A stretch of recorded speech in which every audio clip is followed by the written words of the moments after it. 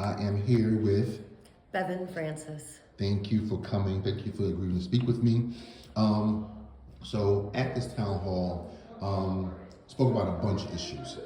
What issue stands out the most for you personally?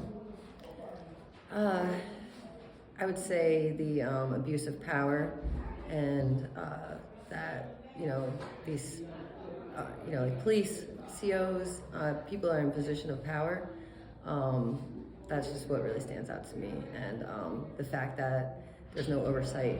And, I think like what Ronnie said, if folks in this room were causing brutality, harm to others, that they would be charged. But the police sweep it under the rug. I think that's what stuck out to me the most.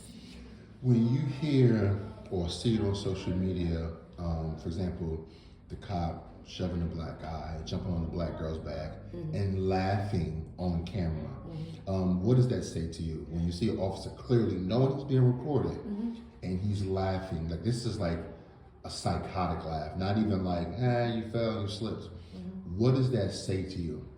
It says to me that they basically feel like they have a license to kill. They can do whatever they want without any repercussion, and that's the way the system is set up. That they have this, qualified immunity. Like we need to end qualified immunity. That's like the first step to knocking them back down a couple off their pegs a little bit. Qualified immunity. Yeah. Wow. Yeah. If you had top 3 things that you would love to see changed in this city, what would it be? Top 3 things. Accountability for the police system and the jail system. Resources given back to families. There's a lot of talk about youth violence here in the city of Albany, but nobody's talking about how parents have to work 3 jobs just to pay their bills. That's a big factor. This mother who was charged in Waterville Heat for lack of supervision, like maybe she's working 3 jobs to feed her kids. Right. I don't know how you're supposed to watch over your kids and provide for them at the same time. We need a guaranteed base income in the city and across this country. That would give parents more time to be at home with their children. And when you're a child without your family in the house because they're working, like my mom worked 3 jobs, she wasn't ever home. That just makes you feel lost in this world. And so you seek other ways to fill your time, and you end up finding yourself in some trouble. Do you have any friends, loved ones that are experiencing racial profiling or abuse of power? And if you do, how has that affected you versus being on the outside looking in on somebody else's trauma? Yeah, I work in the community. I'm a tenant organizer, and I organize with the National Union of the Homeless. Okay. So I work with folks who are very impacted by the system. And I see a lot of this with my tenants and my unhoused tenants, racial profiling and oppression. The woman who was beat up in front of the Washington Ave Library has been coming.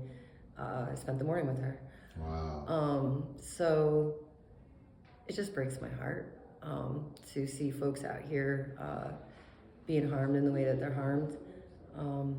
And I'm grateful for events like this, for the communities coming together to fight back. We need more. Right.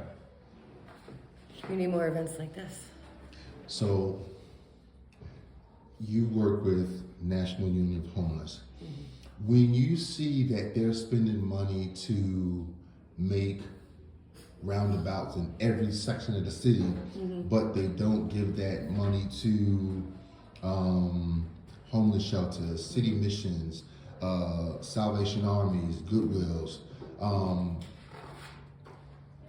How does that personally affect you, and what does it do to the population, to the psyche, to the mental health when a person is already like, when you can't feed your family, it opens you up to anything goes. That's right. Because I got to. That's right. If you don't have it, and I got it, it's like, listen, we're gonna have to shoot. We're gonna have to square up for that. Yeah. What does that do to our community when they rather put new traffic signs and, you know, do all these, your speed is 35 but they don't do nothing for the homeless. Yeah, let's talk about this 400 million that the governor pledged to the city of Albany. 200 million's already allotted to a soccer stadium and the museum. There's 200 million left that they're investing into the business district. They care about capitalism. They care about business owners. They care about parking and tourists coming to the city. And there's no money allotted to solve the homeless crisis that we know that we're facing here in the city.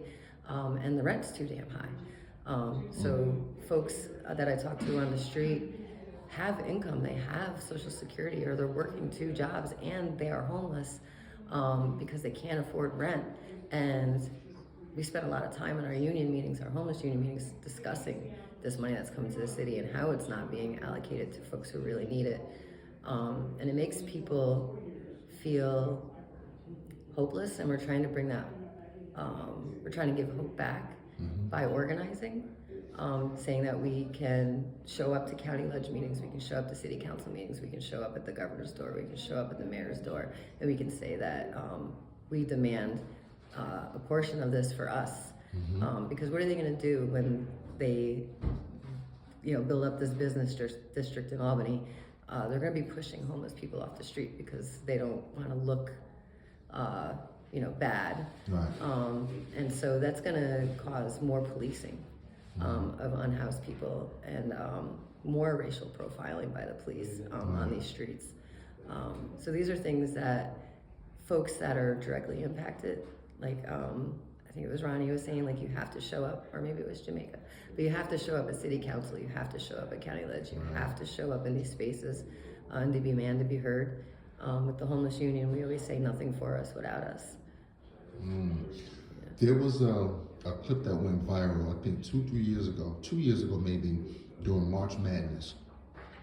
Rebecca Lobo said on a nationally broadcast sport event at the Times Union or MVP Arena that it's nothing to do in Albany. And I feel that they have taken that more serious than actually helping our people here in our community. When you see them go gun-ho for downtown revitalization, but not help the homeless, not help small businesses, not fix up the roadways, and not help, what does that say about our government, our politicians, about their priorities? Well, this is a country run on capitalism. So when comments are made that there's nothing to do in Albany, they're thinking about how that's going to hurt their pocket. They put profit over people, and that's just the way that this whole system works, from the top down. But that's why we organize from the bottom up. Grassroots. Yeah, that's why we organize from the bottom up. I like that. Thank you so much. Thank you.